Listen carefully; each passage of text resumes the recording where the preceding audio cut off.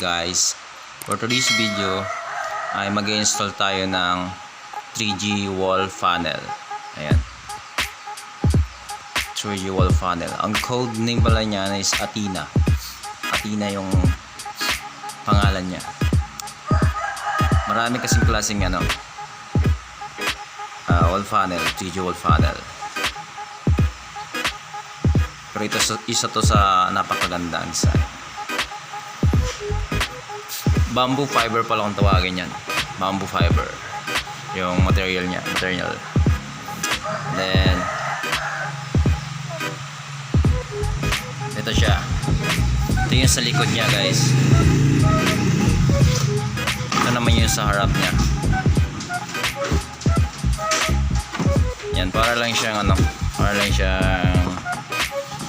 karton, pero napakatibay niya, guys. Tapos meron siyang parang fiber. Meron siyang parang fiber. Ayan. Tapos dito linalagay yung dikit. Dito linalagay yung mga dikit. Yung ginagamit pala natin dikit dyan ay ito, construction adhesive. Ito. Construction adhesive bund building materials. Pioneer Pro. No more nails. Kung wala kayo nito, kahit yung boss stick na no more nails, okay rin yun. Tibay rin yun. Tapos siyempre yung caulking gun natin or yung sealant gun natin.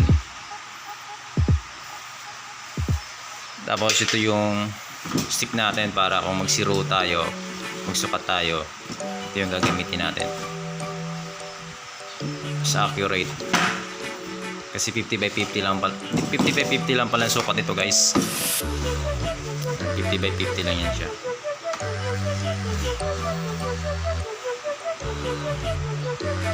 cm. And then cutter, gamit natin yung cutter, of course. Lapis.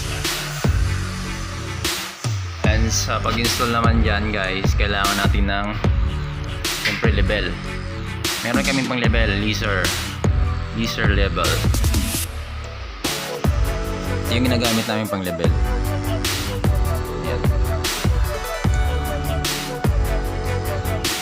Sa pag-layout ko naman yan, guys, is hinati ko lang yung pader.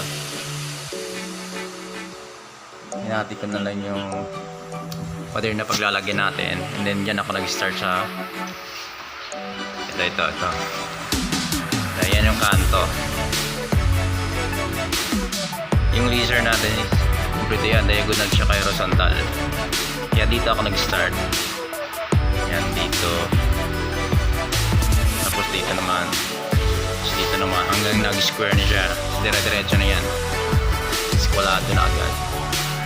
Kung wala naman kayong gamit na laser, pwede rin yung maglilibel muna kayo, and then marking nyo down, marking nyo dito, pitikan nyo na lang. Yun na lang sundan nyo. Kami is may laser, kaya madali lang. Ayan siya, guys. 3G wall funnel. And ito yung sobra. Tatabasan na to, guys.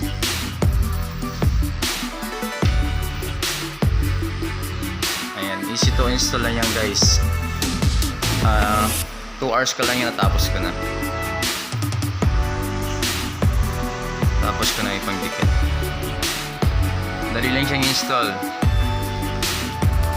Mamaya papakita ko sa inyo step by step or kung paano natin in-install. Dikit-dikit lang natin yan, guys. So dito papalitan natin ito ng outlet, yung surface type, surface mounted, kasi kita yung papalitan natin yan. Yan, pintura na lang, guys. Pintura is latex lang. Latex lang yung i-spray natin yan.